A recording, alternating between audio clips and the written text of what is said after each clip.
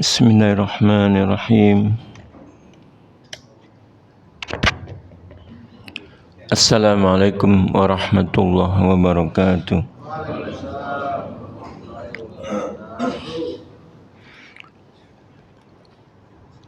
Innal hamdalillah nahmaduhu wa nasta'inuhu wa nastaghfiruh wa natubu ilaihi wa na'udzu billahi min syururi anfusina wa sayyiati a'malina.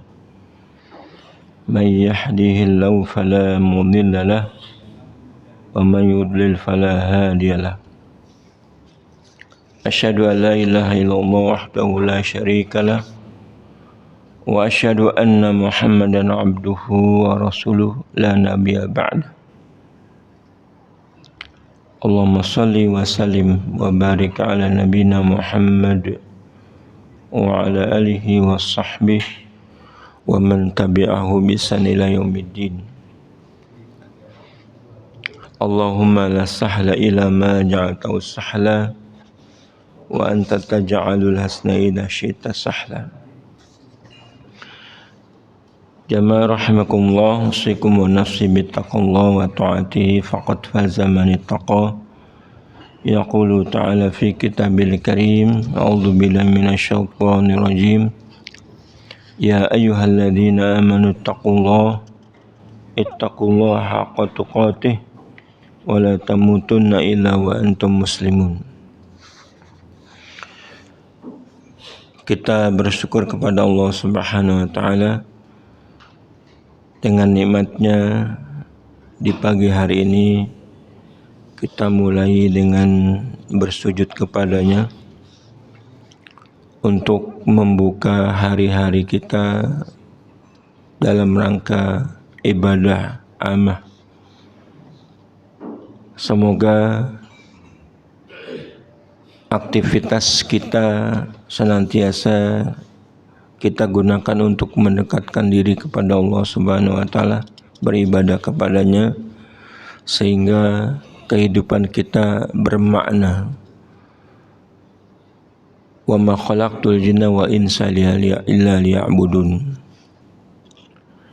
Kemudian salawat serta salam senantiasa tercurah buat baginda Nabi kita Muhammad sallallahu alaihi wasallam yang telah diutus oleh Allah Subhanahu wa taala menyampaikan kebenaran, petunjuk serta agama satu-satunya untuk kita ikuti, kemudian dimenangkan di atas seluruh agama. Begitu juga salawat serta salam senantiasa tercurah buat keluarganya, buat para sahabat, buat tabi'in dan siapa saja yang terus tegak melaksanakan Islam sampai hari kiamat kelak. Hadirin yang berbahagia, hari ini kita masuk ke bab keempat, yaitu ad-du'a ila syahadati la ilaha illallah. Dakwah kepada syahadat la ilaha illallah.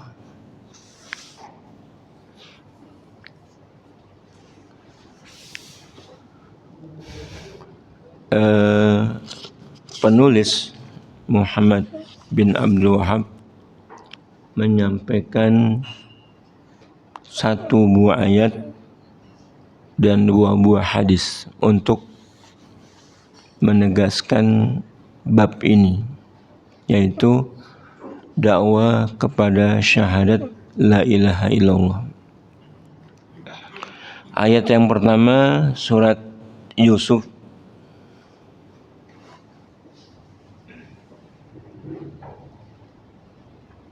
ayat 108.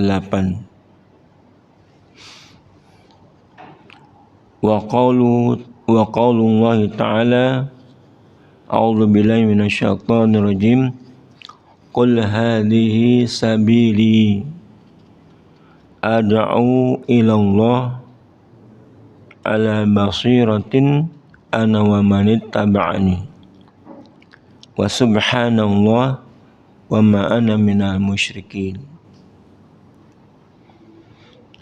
Katakanlah, inilah jalanku, jalan agamaku. Aku dan orang-orang yang mengikutiku mengajak kepada Allah dengan hujjah yang nyata. Maha suci Allah, dan aku tiada termasuk orang-orang yang musyrik.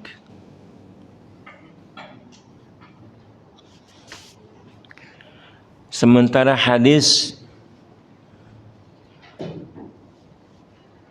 dari Ibnu Abbas wa an Ibni Abbas radhiyallahu anhuma anna Rasulullah sallallahu alaihi wasallam lamma ba'atha Mu'adan ila Yaman qala innaka ta'ti qauman min ahlil kitab falyakun awwala ma tad'uhum ilai syahadatu alla ilaha illallah wa fi riwayatin ila ayyuhidullah fa inhum ata'uka lidzalik fa'alimhum anna Allah iftaradu alaihim 5 salawat fi kulli yawmin wa laylah fa inhum ata'uka lidzalik fa'alimhum anna Allah iftaradu alaihim sadaqah tu'khadhu min aghniyaihim wa turaddu ala fuqaraihim fa inhum ata'uka bidzalik fa inhum ata'uka lidzalik fa iyyaka wa qara'im amwalihim wattaqi da'watal mazlum fa innahu laisa bainaha wa bainallahi hijab. Akhrajahu, artinya dari Ibnu Abbas radhiyallahu anhuma bahwa Rasulullah sallallahu alaihi wasallam ketika mengutus Mu'ad ke negeri Yaman, beliau bersabda, sesungguhnya kamu datang kepada suatu kaum dari ahli kitab, maka hendaklah perkara pertama yang kamu ajarkan, perkara pertama yang kamu dakwakan kepada mereka adalah syahadat la ilaha illallah. Dalam satu riwayat, dalam riwayat lain, hendaklah yang pertama kamu ajarkan supaya mereka mentauhidkan Allah. Jika mereka mentaatimu untuk itu, maka sampaikanlah kepada mereka bahwa Allah mewajibkan atas mereka salat 5 waktu sehari semalam. Jika mereka mentaatimu untuk itu, maka sampaikanlah kepada mereka bahwa Allah mewajibkan atas mereka zakat yang diambil dari orang-orang kaya di antara mereka dan diberikan kepada orang-orang fakir di antara mereka. Jika mereka mentaatimu itu, maka jangan sekali-kali kamu mengambil atau memungut harta-harta mereka yang berharga. Takutlah kepada doa orang-orang yang teraniaya, karena tidak ada penghalang antara doa itu dengan Allah Subhanahu wa taala. Hadis diriwayatkan oleh Bukhari Muslim. Yang kedua, hadis yang kedua, walahuma, maksudnya dari Bukhari Muslim, an Sahal ibni Sa'id radhiyallahu anhu anna Rasulullah sallallahu alaihi wasallam an Sahli ibni Sa'ad radhiyallahu anhu anna Rasulullah sallallahu alaihi wasallam qala yauma Khaybar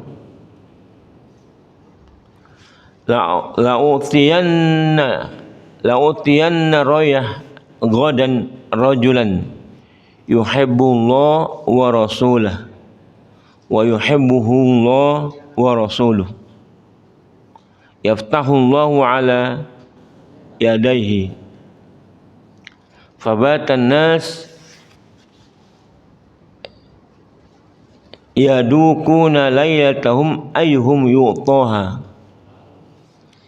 falamma asbahu ghadaw ala Rasulillah sallallahu alaihi wasallam kulhum yarju ayyu'taha faqala aina Ali ibnu Abi Thalib faqila huwa yashtaki ainai qala farsilu ilaihi fa'utiya bih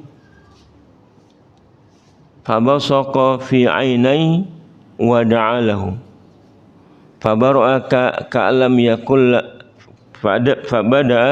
fabaru'a ka'alam yakun bihi waja'un fa'atahu raya faqala unqud ala rislik hatta tanzila bisahatihim samad'uhum ilal islam wa khabirhum bima yajibu alaihim min haqqillahi ta'ala fi fa Allah la ayyahadiyallahu bika rajulan wahidan khairul laka min khumrin ni'am atau min khumrin na'am yadukuna ayya yakhudun. Dalam hadis lain milik Bukhari Muslim dari Sahal bin Sa'ad bahwa Rasulullah SAW bersabda pada perang Khaybar, sesungguhnya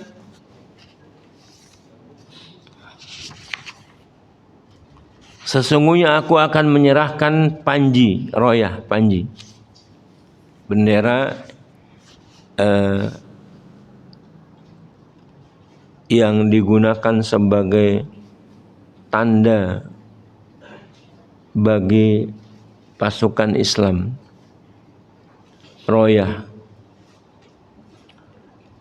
Sesungguhnya aku akan menyerahkan royah ini besok pagi kepada seorang laki-laki yang dia mencintai Allah dan Rasulnya, ya, yang Allah mencintai dia dan Rasul, yang Allah mencintai dan Rasulnya kepadanya, dan dia juga mencintai Allah dan Rasulnya. Allah memberi kemenangan melalui dia. Malam itu orang-orang memperbincangkan siapa orang tersebut. Di pagi hari mereka menghadap kepada Rasulullah, sementara sahabat mengharapkan dialah yang masing-masing dialah berharap masing-masing dialah yang akan diberikan bendera itu, panji itu. Kemudian beliau bertanya, di mana Ali bin Abi Thalib? Kemudian ada yang menjawab, dia sedang sakit mata ya Rasulullah. Beliau bersabda, maka kirimlah utusan kepadanya. Kemudian Ali pun dibawa menghadap kepada beliau. Lalu Nabi SAW meludahi kedua matanya dan mendoakannya. Maka dia sembuh seolah-olah tidak pernah sakit. Maka beliau menyerahkan panji itu kepadanya sambil bersabda, melangkahlah kamu ke depan dengan hati-hati sehingga kamu tiba di kampung mereka. Kemudian ajaklah mereka kepada Islam. Katakanlah kepada mereka tentang hak Allah yang wajib mereka laksanakan. Demi Allah, Bila Allah memberi petunjuk kepada seorang laki-laki melalui tanganmu, itu lebih baik daripada onta merah.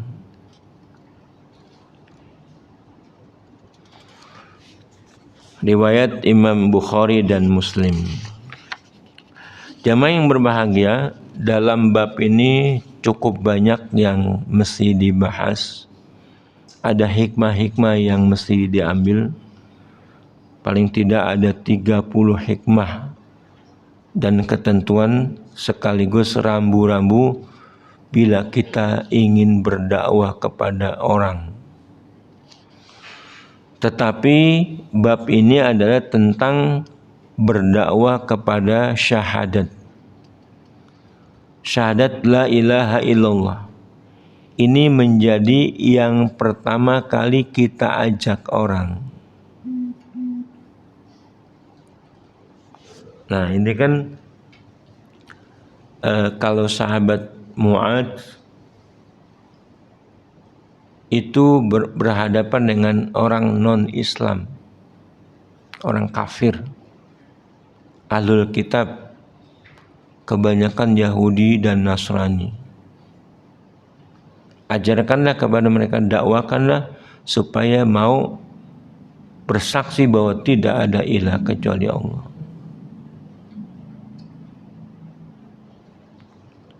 Intinya mereka tidak mengenal atau mengenal tidak memahaminya,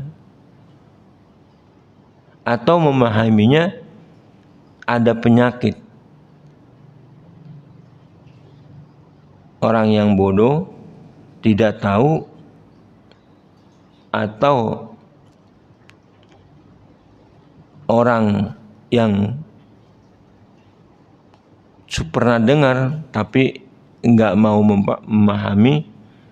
Ketiga, barangkali orang yang sudah tahu tetapi menolak dan cenderung memerangi. Nah, kepada 3 kriteria ini, orang-orang Islam yang sudah bersyahadat, ada yang belum tahu, belum paham. Sudah bersyahadat, tidak paham. Bahkan naudzubillah min dzalik, ada yang membenci, ya, tanpa sadar membenci. Nah, kita akan bahas bab keempat ini.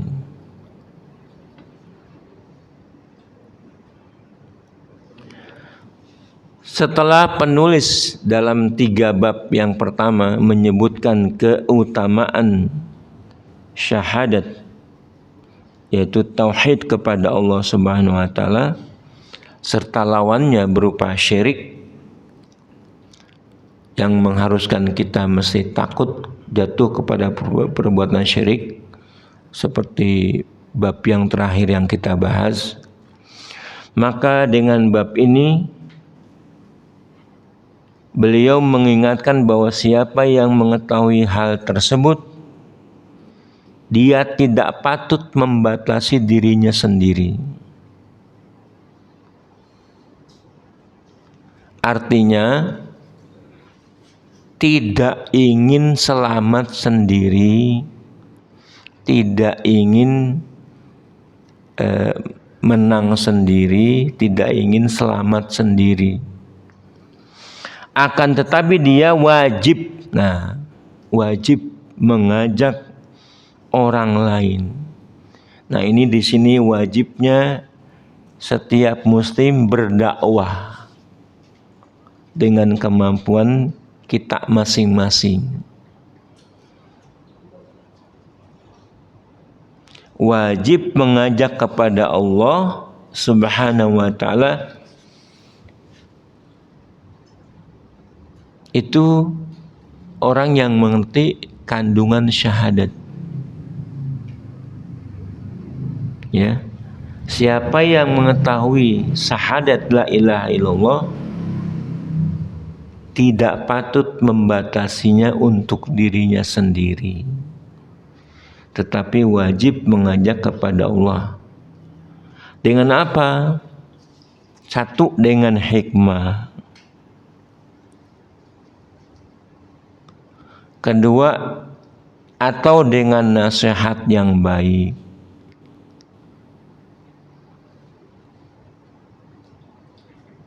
Sebagaimana ini merupakan jalan yang ditempuh oleh Rasulullah dan para sahabatnya.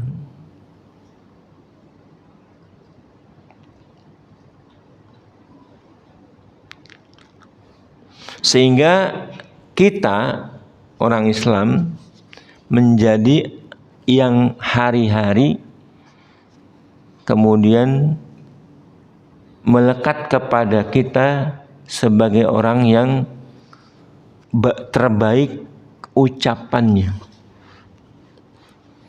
Wa man ahsanu qawlan mimman da'a ila Allah wa 'amila shalihan wa qala innani minal muslimin. Siapakah yang lebih baik perkataannya daripada orang yang menyeru kepada Allah, mengerjakan amal yang saleh dan berkata, sesungguhnya aku termasuk orang-orang yang menyerahkan diri kepada Allah Subhanahu wa taala.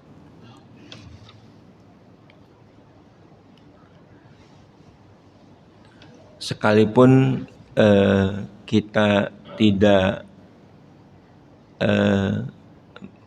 lulusan yang mengkhususkan untuk berdakwah, tapi orang Islam secara pribadi disuruh berdakwah oleh Rasulullah SAW, oleh Allah Subhanahu wa taala, dan dijelaskan oleh Rasulullah SAW. Maka setiap muslim itu dai. Paling tidak muslim itu beramal soleh dan pasrah, menyerahkan diri kepada Allah. Artinya tidak mencuat dari dirinya amal-amal yang tidak baik, sehingga Islam dikesankan kepada dirinya. Betapa banyak orang menganggap Islam itu tidak baik karena kelakuan orang Islam itu sendiri.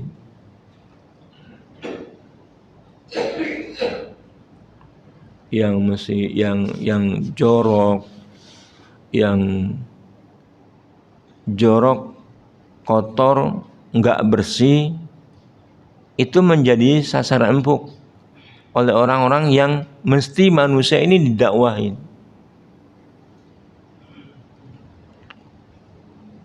Pokoknya kalau Islam itu hidupnya kotor, padahal kebersihan itu bagian daripada iman. Orang Islam itu tidak jujur, padahal kejujuran adalah tingkatan, termasuk tingkatan ahlu surga. Karakter ahlu surga adalah jujur. Jujur dalam keyakinan dan jujur dalam amal soleh. As-sabirina was-sadiqina wal-qanitina wal-munfiqina wal-mustaghfirina bil ashar.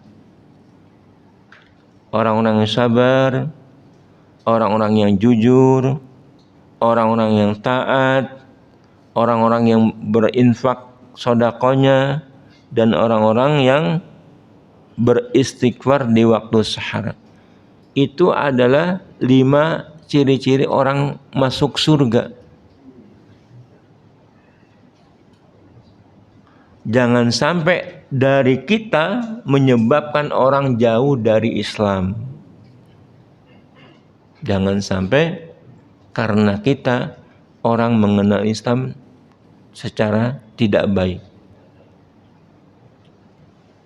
Ya, maka ayat ini surat Fussilat, ya, surat Fussilat ayat 33, wa man ahsanu qawlan mimman da'a ila Allah wa 'amila shalihan wa qala innani minal muslimin.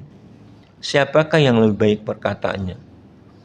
Allah tidak bertanya, tetapi menegaskan siapa yang lebih baik. Siapa yang lebih baik perkataannya daripada orang yang menyuruh kepada Allah, mengerjakan yang soleh, dan berkata sesungguhnya aku termasuk orang-orang yang berserah diri. Nah, Imam Al-Hasan Al-Basri ketika membaca ayat ini, dia berkata, itulah Habibullah, inilah waliullah, itulah orang-orang pilihan unggulan Allah. Ini adalah penduduk bumi yang paling dicintai Allah.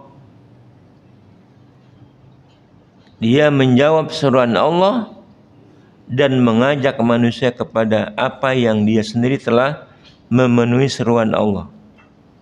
Dia beramal soleh dalam menjawab seruan Allah, dan dia berkata, sesungguhnya aku termasuk orang-orang muslim. Itulah khalifatullah.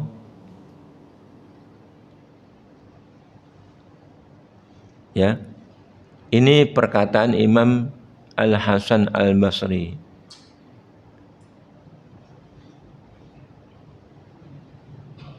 Nah, sementara orang Islam dengan mengetahui syahadat dan kandungannya serta konsekuen, tentunya dia sudah selamat.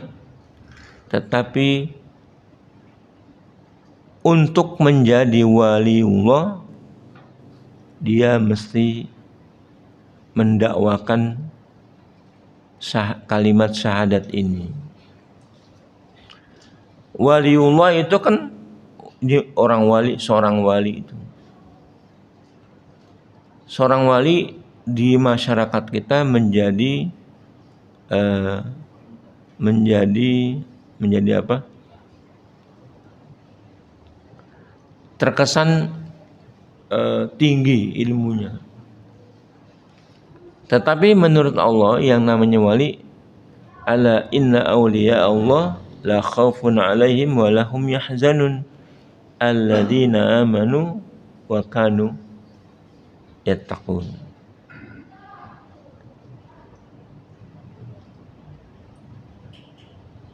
Wali itu orang-orang beriman dan bertakwa. Setiap yang beriman dan bertakwa itu wali Allah, dicintai oleh Allah Subhanahu wa taala. Tentunya yang berilmu tinggi, ya semakin tinggi kecintaannya kepada Allah. Sementara sebutan orang beriman dimiliki oleh orang-orang semuanya. Nah, kalau kita beriman, beramal soleh dan bertakwa kepada Allah Subhanahu wa taala, pantas menyandang sebagai wali Allah. Nah, sementara yang disebut wali Allah tidak dibatasi oleh keilmuan.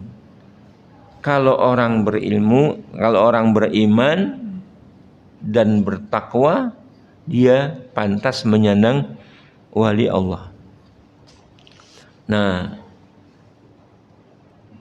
di sini ditambahkan, siapakah yang lebih baik perkataannya daripada orang yang menyuruh kepada Allah. Disebut Habibullah, waliullah, bahkan khalifatullah di muka bumi. Itu perkataan Imam Hasan Al-Basri. rahimahullah. Sekarang kita bahas bagaimana surat Yusuf ayat 108. Qul hadhihi sabili ad'u ilallah ala basiratin ana wa manittaba'ani fasubhanallahi wa ma ana minal musyrikin. Inilah jalanku, aku dan orang-orang yang mengikutiku mengajak kepada Allah dengan hujjah yang nyata. Maha suci Allah dan aku tiada termasuk orang-orang yang musyrik.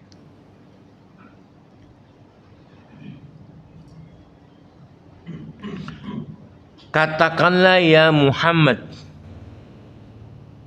inilah dakwah di mana aku menyeru kepadanya, jalan di mana aku berjalan di atasnya, yaitu berdakwah kepada tauhid, mengikhlaskan kepada Allah, bukan kepada tuhan-tuhan yang lain, dan berhala-berhala, mentaati Allah dan tidak mendurhakainya.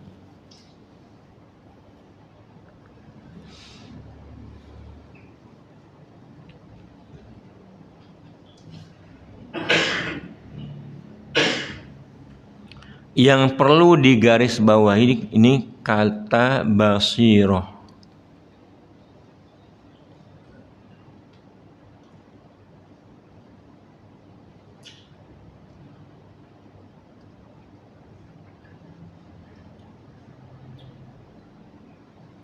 Basirah itu dengan hujjah yang nyata. Hujjah yang nyata itu bagaimana? Diterangkan hujjah seolah-olah kebenaran Islam seperti bisa dilihat oleh mata, hal-hal yang logis. Sampai seperti itu. Misalnya kita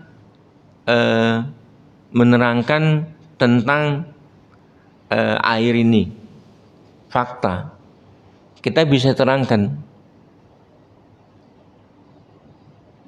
Nah, menerangkan Islam sampai seperti menerangkan air ini, itu termasuk basirah. Karena basirah itu dengan mata hati. Artinya basirah dengan mata hati. Tetapi arti yang dalam bahasa Indonesia diartikan hujjah yang nyata. Hujjah itu kepada dalil-dalil Islam yang nyata, itu kita bisa buktikan, terangkan kepada orang detailnya sebagaimana pendetailan logis dalam hal yang terlihat oleh mata.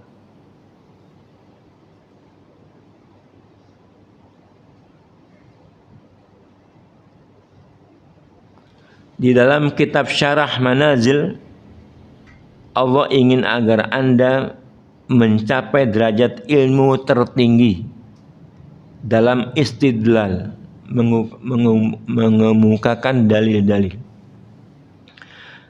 Apa derajat yang tinggi yang kita perlu memilikinya? Yaitu basirah.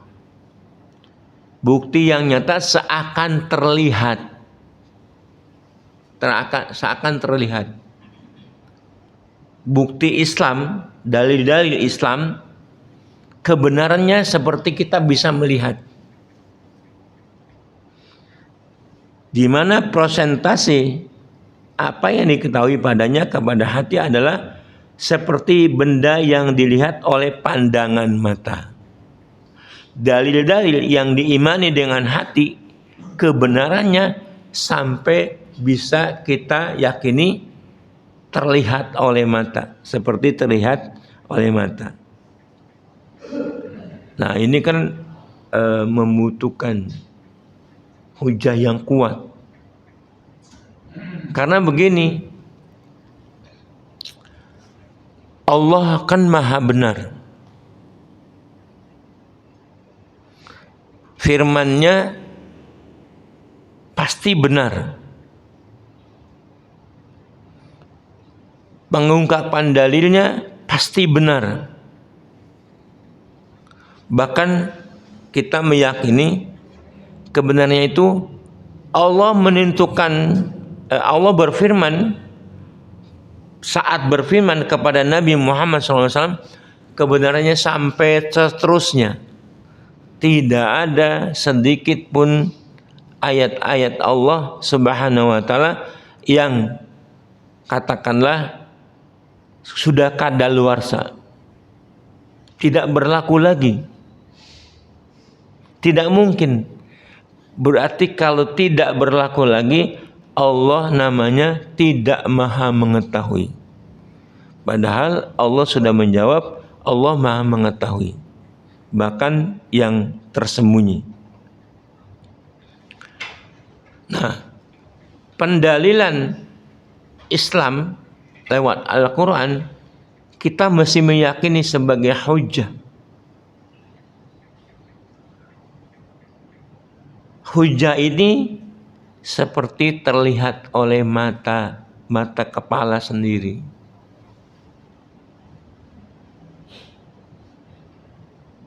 Nah, itu barangkali kita bisa nggak mendapatkannya. Kalimat la ilaha illallah kita bisa mendapatkannya. Terus orang-orang yang punya ilmu juga membuktikan dalil-dalilnya itu bagaikan melihat dengan nyata. Nah, kalau orang Islam yang sederhana tidak sampai kepada ilmu-ilmu yang luas itu, minimal dia mengetahui syahadat dia seperti melihat dengan mata kepala sendiri. Bagaimana syahadat seperti melihat dengan mata kepala sendiri? Sebagaimana kita sudah bahas 3 bab sebelumnya, la ilaha illallah. Buktikan saja Allah Subhanahu wa taala. Mulai dari orang berpikir sederhana, alam semesta ini tidak mungkin tidak ada yang buat. Itu logika pertama. Logika kedua, tidak mungkin yang buat itu lebih dari satu. Sudah, 2 logika ini sudah ada di benak manusia. Kalau di dunia ini, dunia alam semesta ini tidak ada yang buat, itu batal dengan sendirinya. Orang-orang sudah membuktikan, mulai dari merenung, kemudian dia menyimpulkan tidak ada Tuhan. Sesuai dengan perjalanan, nggak mungkin nggak ada Tuhan, karena terjadi dengan sendirinya. Yang lain turunannya adalah apa-apa terjadi dengan sendirinya atau kebetulan. Tidak semuanya bukti-bukti ini dengan kebetulan. Bahkan orang ateis itu yang mengatakan Allah ini terjadi dengan sendirinya sudah membuktikan ucapannya sendiri itu salah. Nah, ketika Tuhan itu ada,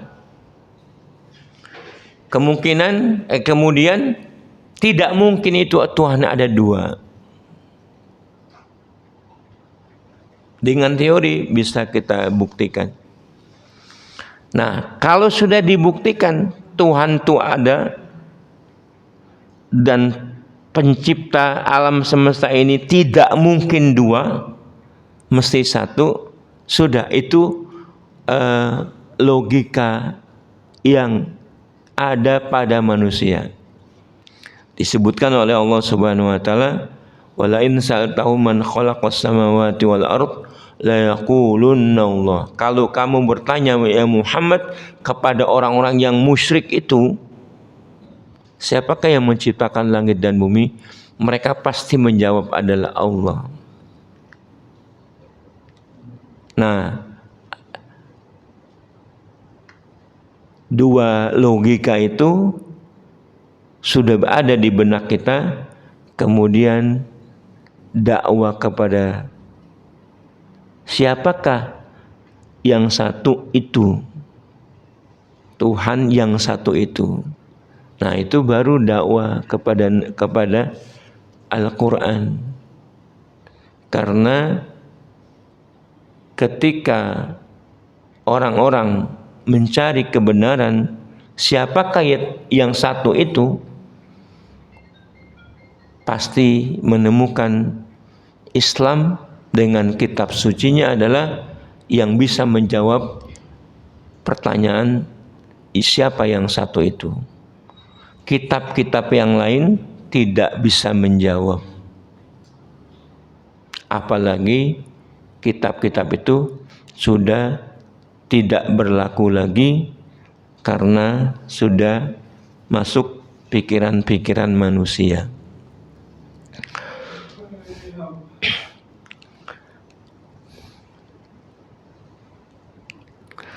Nah, Nabi Muhammad SAW disuruh mengatakan, aku dan orang-orang yang mengikutiku. Berarti kalau mengikuti Nabi, mesti mendakwakan syahadat la ilaha illallah. Sahabat itu mengikut Nabi, mereka mendakwakan. Kalau kita hidup hari ini mengikuti Nabi, mendakwakan dakwah kepada syahadat.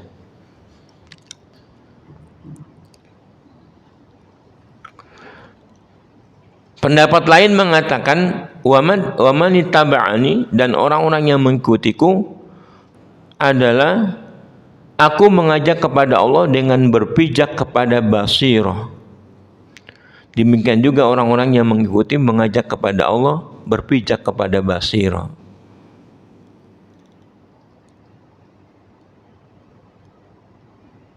Nah, mengajak kepada basirah, hujah yang nyata, ya, menerangkan tentang masalah-masalah, diantaranya kalimat kata-kata tentang ikhlas. Ini mengacu kepada keikhlasan berdakwah. Dengan kata basirah, seseorang menginginkan dakwanya itu sampai kepada orang. Sudah sampai saja, tidak ada yang orang lain itu menjadi keliru memahaminya. Terus diterangkan. Nah, kalau sudah sampai kepada orang utuh, sudah tugas kita selesai. Perkara orang itu mau beriman atau tidak bukan urusan kita. Sudah sampai dakwah kita. Maka kalau dakwah itu kadang-kadang ngotot, kita bersangka baik untuk menjelaskan sejelas-jelasnya kepada mad'unya. Ya. Menjelaskan sejelas-jelasnya, jangan sampai ada yang keliru dipahami. Sebab kalau sampai keliru, jangan-jangan orang-orang itu lari dari Islam karena dakwah kita.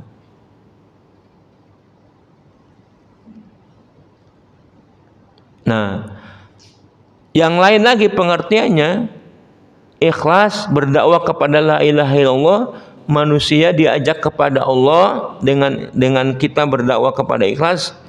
Artinya kita betul-betul mengembalikan kepada dakwah yang ujungnya kepada Allah manusia. Tidak peduli kita yang ikut banyak atau sedikit. Nanti kan dalam hadis Ali bin Abi Thalib, li ayyahdiyallahu rajulan bik. Kalau ada orang yang dapat hidayah kepada Allah lewat tanganmu, itu lebih baik daripada unta merah. Nah, artinya jamaah yang berbahagia, berbeda dengan orang yang mengajak manusia kepada dirinya atau kepada golongannya.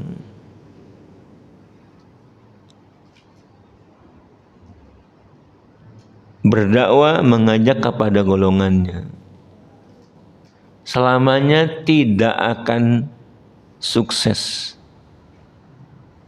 Allah tidak meridhoi.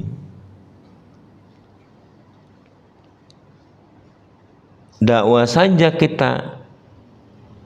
Nah, ini kalau bukan kepada saya atau kelompok saya, dianggap itu belum menerima kebaikan.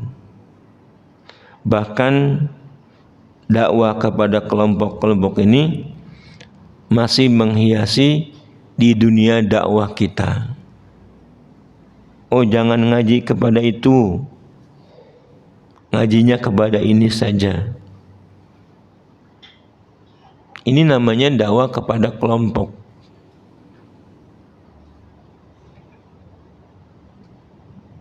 Ya.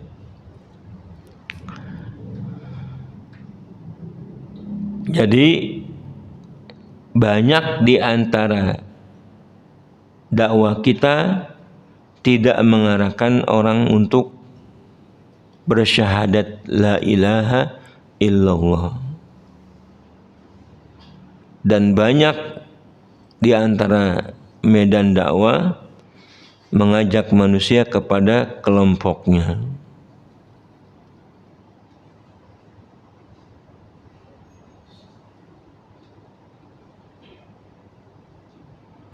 Dakwah itu ikhlas, menerangkan supaya kalimat la ilaha illallah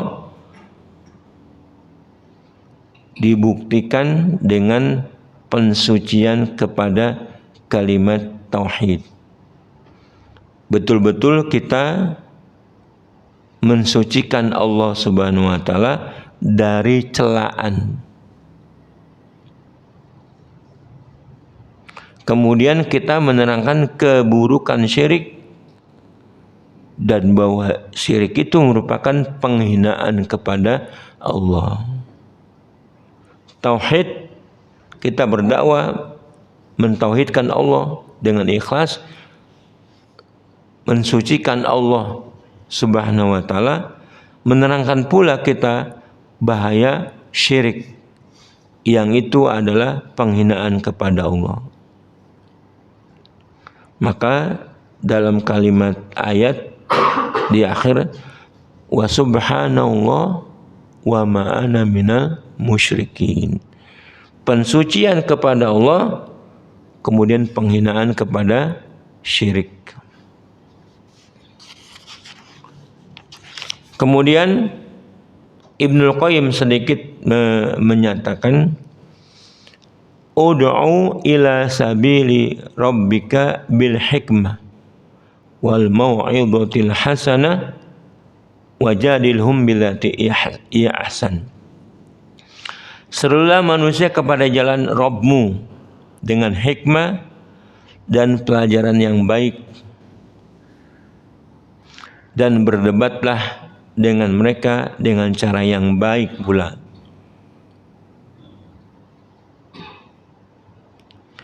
Allah menyebutkan tingkatan-tingkatan dakwah dan menjadikannya 3 bagian menurut kondisi sasaran dakwah. Ada orang yang mencari kebenaran dan mencintainya. Jika dia mengetahuinya, maka akan berpengaruh pada orang lain. Maka orang ini diajak dengan hikmah, tidak perlu nasihat. Orang mencari kebenaran, ya, mencintai kebenaran. Karena dakwah di samping ada dengan hikmah, ada nasihat. Orang yang mencari kebenaran dan mencintai perlu diberitahu bahwa dengan hikmah-hikmah ini sehingga dia mengenal, mencintai dan beramal soleh. Itu artinya diajarkan dengan hikmah. Ada kemungkinan orang yang kedua, orang disibukkan dengan kebatilan. Tetapi jika dia mengetahuinya, maka ia berpengaruh padanya lalu mengikuti kebenaran. Nah, orang ini perlu dinasehati. Orang yang masuk kepada berbuat batil, tetapi kalau diterangkan kebenaran, dia meninggalkan yang batil.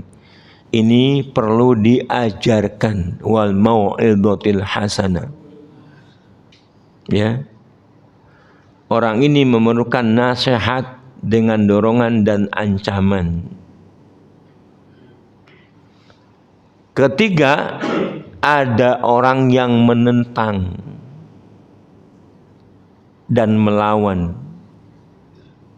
Maka dengan cara ini orang yang cocok kepada yang ini adalah dakwah yang cocok pada orang ini adalah dengan berdebat. Tetapi berdebat juga kita menunjukkan kesantunan. Jadi semuanya ud'u ila sabili rabbika bil hikmah wal mau'izatil hasanah wajadilhum billati hiya ahsan. Sampai berdebat pun tetap kita mengedepankan sikap-sikap bahkan lebih baik, hiya ahsan, lebih baik. Nah, kalau ketiga metode dakwah ini kita tempuh, sekedar kita sampaikan saja. Perkara hidayah itu urusan Allah Subhanahu wa taala. Innaka la tahdi man ahbabta. Kamu tidak akan sanggup memberi petunjuk kepada orang yang kamu cintai. Walakinnallaha yahdi man yasha. Tetapi urusan Allah lah memberi petunjuk kepada siapa yang dikehendakinya. Kita tidak disuruh mendakwai, berdakwah berhasil kepada seluruh manusia. Tapi kita berhasil dengan dakwah dengan cara hikmah, mau'idhah dan debat. Nah, ini komentar Ibnul Qayyim. Bahkan kepada ahlul kitab Allah menyuruh, ya, dengan debat yang baik. Wala tujadilu ahlal kitab illa billati hiya hasan. Ahlul kitab itu karena mereka mengetahui kebenaran, tetapi dia dengki. Disebutkan oleh Allah Subhanahu wa taala.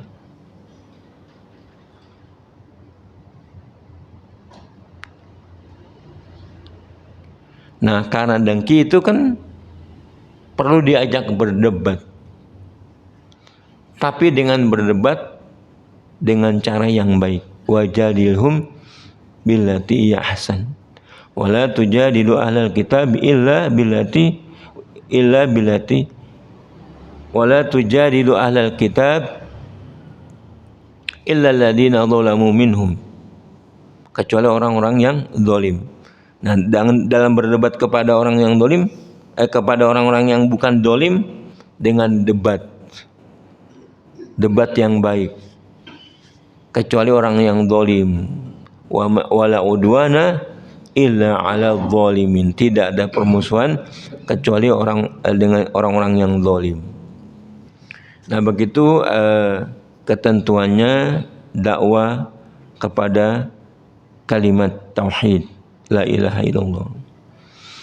Nanti kita bagaimana Mu'adz berhadapan dengan kaum ahlul kitab yang dipesankan oleh Rasulullah SAW. Hari ini kita cukupkan sampai di sini. Lebih kurangnya mohon maaf. Aqulu qauli hadza wa astaghfiru li wa lakum wa li sairil muslimina wal muslimat fastaghfiru innahu wal ghafurur rahim. Kalau ada yang bertanya sedikit silakan.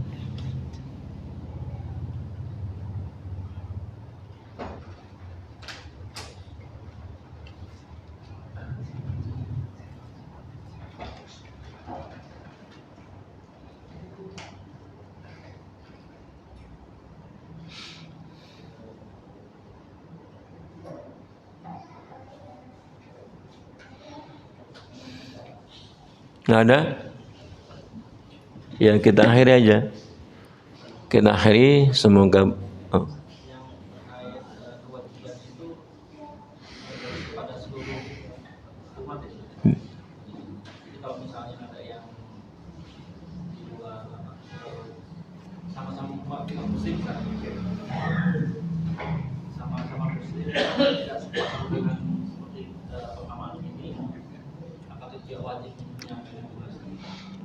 sebenarnya dakwah itu kepada yang tahu, memberitahu kepada yang tidak tahu. Itu yang bagi muslim, sesama muslim. Nah, kan yang tahu kita ngajak kepada yang belum tahu. Nah, orang Islam kan banyak yang belum tahu. Itu kesempatan kita kepada orang Islam, misalnya tidak sepaham atau tidak sepaham dengan pengajian ini. Maksudnya pengajian ini beda gitu. Enggak. Orang Islam itu semuanya saudara.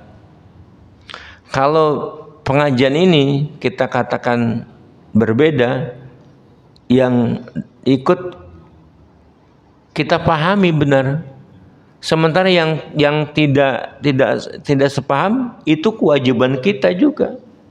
Bagaimana kita terangkan dengan baik. Nah, cuman ketika menerangkan kita sudah ngambil jarak barangkali. Dia mah beda gitu. Orang itu beda misalnya. Padahal kalimat tauhid la ilaha illallah itu didakwahkan bagus, biasa saja. Misalnya orang Islam kebanyakan, apakah dia mengenal dengan tauhid la ilaha illallah? Kan banyak belum mengenal. Nah, ketika belum kenal kita kenalkan.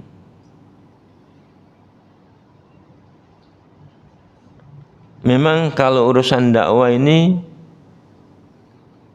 kita sudah barangkali ya, kita tidak mendapatkan pendidikan sebagaimana atau kebiasaan sebagaimana yang dilakukan oleh saudara-saudara kita jamaah tabligh misalnya.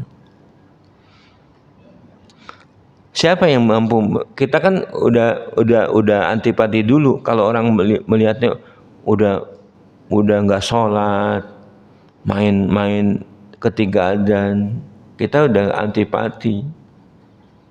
Kalau iwan-iwan tablik itu didatangi betul, didakwain, nggak ada sungkan sebenarnya. Padahal kita tahu yang didakwakan mengingatkan itu saudaranya. Bahkan sebelum disampaikan dakwah, ditanya dulu, Mas, Muslim kan Mas? Ya, Muslim. Sudah azan, kita ke masjid dulu yuk. Ya, banyak orang-orang yang berbuat semena-mena itu tidak tersentuh dakwah. Apalagi orang-orang yang anak-anak muda yang ngepang, tatoan, ininya ditindik, banyak sekali itu. Nah, dakwah kepada mereka itu seakan-akan sulit. Tapi ada sekelompok yang mau berdakwah. Mereka masih bertato, sholat. Ya kita suruh dulu. Jangan bicara bagaimana hukum sholat orang yang bertato.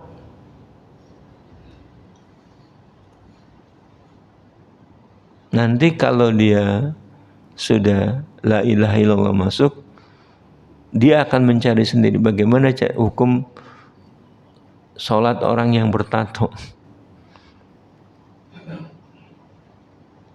Nah, walhasil dengan kemampuan kita masing-masing yang terbatas atau bervariasi, kita mendakwakan. Minimal kita dakwah mulai dari keluarga.